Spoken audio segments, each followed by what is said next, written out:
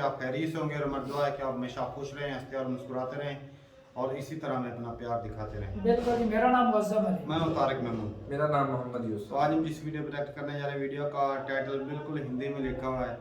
तो ये इंडोनेशिया और हिंदुस्तान के बारे में वीडियो है। वीडियो देखते हैं और अपना बयान कर देंगे। कौन करते हैं जी? 1 2 3।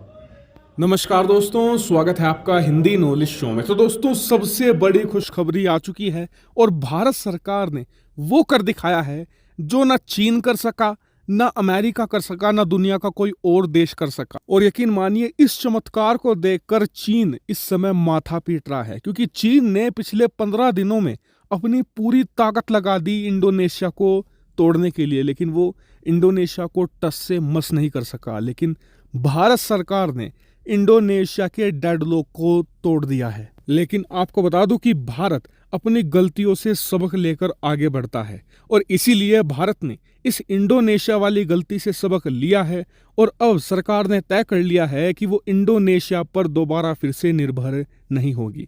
ऐसे में भारत ने एक और रास्ता खोला है, उसके बारे में भी जानेंगे। तो बहुत ही जबरदस्त वीडियो होने वाली है, अंत तक जरूर देखिएगा। चलिए वीडियो की शुरुआत करते हैं। तो दोस्तों, आप सभी लोग जानते हैं कि इंडोनेशिया ने अब से कुछ हफ्ते पहले पाम ऑयल के एक्सपोर्ट पर बैन लगा दिया था और तब से ही पूरी दुनिया इंडोनेशिया पर प्रेशर बना रही थी कि इंडोनेशिया पाम ऑयल से एक्सपोर्ट बैन हटा ले, क्योंकि इससे पूरी दुनिया इफेक्ट हो रही थी।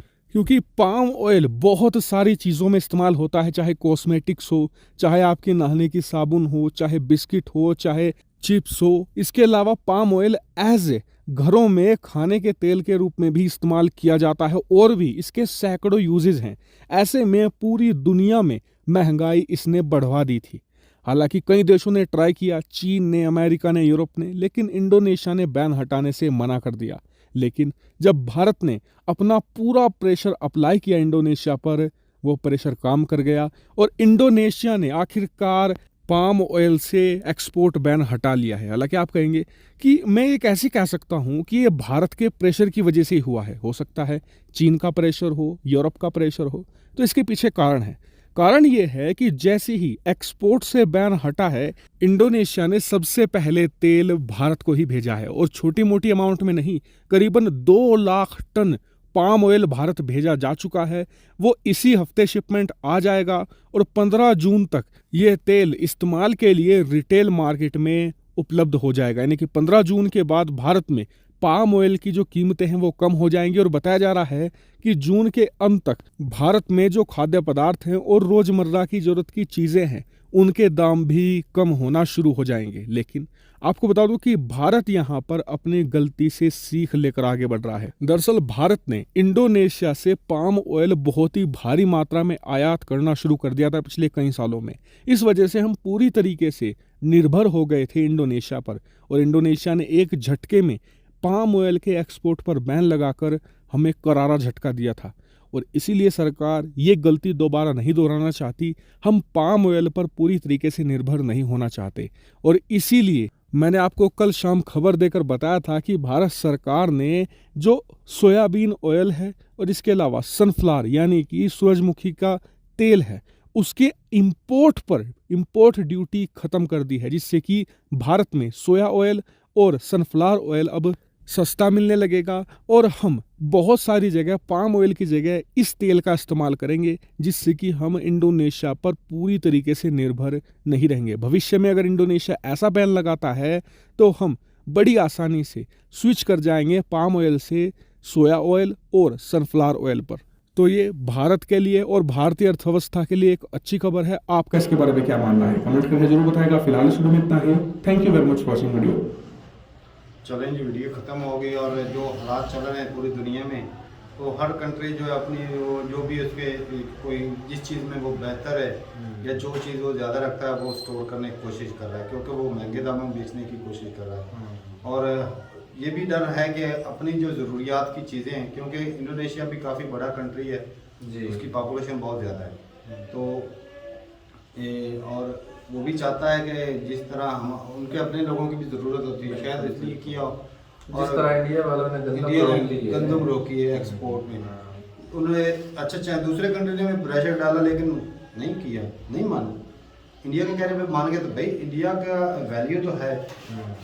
और ये सबसे बात पहले भी तारक बेन वो एशिया के अंदर ही कल को अगर बुरा वक्त आता है इंडोनेशिया हाँ, क्योंकि अगर उसने इंडिया इंडिया को की दिया तो जिस तरीके कल से इंडिया तुमको तरक्की दे कर रहा सकता है है। इंडिया का रोब और दबदबा तो है। सावधान पैसे और एक्सपोर्ट करने से भाई पैसे कमाने क्योंकि इंडिया बड़ी मार्केट भी तो है ना, ऐसे ये भी तो देखा जाए हाँ। कि इंडिया बहुत बड़ी मार्केट है और वो अपने हाथों से जाने देना कोई भी कंट्री नहीं चाहेगा कि वो जाए। बिल्कुल ऐसा और इस इंडोनेशिया तरह अमेरिका बोलता था ना अगर मेरी जो है ना मंडी उसके अंदर किसको एक्सेस है तो वो मतलब कि तरक्की कर सकता है, वो तेज तरक्की। इस तरह इंडिया भी इस तरह ही चल रहा है इस तरह से। साहब इतनी बड़ी मंडी होगी ना तजारती तो भाई साहब जो जो countries के स्टेप साथ वो टैच ले होगा, रहे हैं वो ना, अब तरक्की देखो करेगा। सिर्फ वो पाम ऑयल पर जो है ना उन्होंने बात को नहीं रखा है।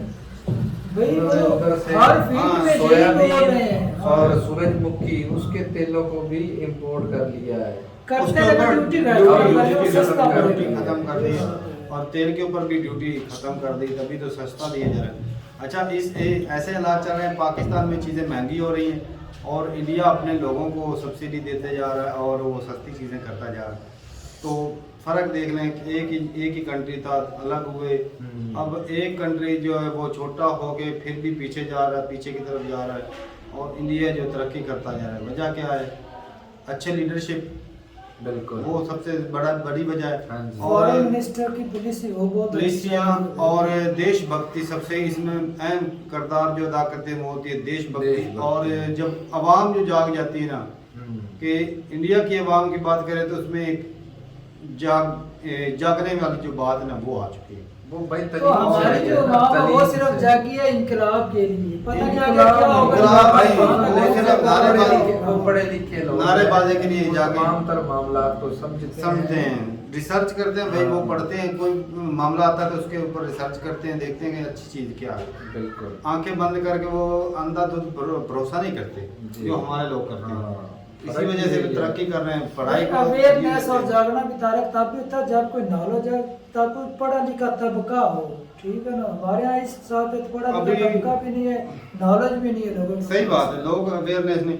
वो एक में पिछले दिन एक भाई से बात हो रही थी, वो यूपीआई की वो दिखा रहा था, बार कोड लगा हुआ था हाँ, रेडी वाला के ऐसी पास। बात है। भाई हैरानगी इससे होती करप्शन कम। हाँ, एक मामूली रेडी वाला उसका बार कोड लगा हुआ था। मामूली हमारे है, यहाँ जिसके इतने पास बड़े के होटल वाले है ना, उसने भी रेस्टोरेंट लगा रखा था, उसका वो भी डायरेक्ट पैसा जाएगा बैंक अकाउंट। तो यहाँ क्या हो रहा है भाई साहब? यहाँ पे इमरान भाई ने गाड़ी ली थी 1 करोड़ की, तो वो भी बोल रहे थे कैश है तो दे दो भाई। 1 करोड़ रुपए की कीमत की गाड़ी कैश में मांग रहे थे वो। अब अंदाजा लगाओ ऐसे कंट्री में करप्शन नहीं होगी तो फिर क्या होगा? तो भाई इसी वजह से आज भी रोडों पर हादसात होते हैं ना, वो लेकर आ जाते हैं पिस्टल और गन पॉइंट पर ले लेते हैं पैसे। अगर हो ही बैंक के अंदर तो कोई कैसे लेगा? कैसे ये नहीं? बात अरे नहीं। भाई ये भी ये अपने पैसे हमारे यहाँ ये समझा था जिसके पास पैसे है उसकी जान को खतरा है। ये हमारे यहाँ ट्रेंड चल रहा है। हाँ तो ये भी तो है ना, लेकिन वो ऐसा अकाउंट में अगर किसी में ट्रांसफर कोई बंदा जोर जबरदस्ती से करता भी है तो वो अकाउंट का पता चल जाएगा कि वो- टैक्स वाले आ जाएंगे। टैक्स चोर भी तो है ना। नहीं टैक्स नहीं, मैं वो सोच रहा हूँ कि अगर कोई बंदा किसी के गन पॉइंट पे कहता है कि मेरे अकाउंट में इतने पैसे ट्रांसफर कर दे, तो जिसके अकाउंट में जाएंगे उसको पकड़ेगी ना, चला हाँ, नहीं, वो तो पता चल वो जाएगा। पता चल कहाँ पर जाएगा। है? इस तरह जोर जबरदस्ती नहीं हो हाँ। सकती। कैश वाकई चोरी का मामला बढ़ती, जान का भी खतरा होता है।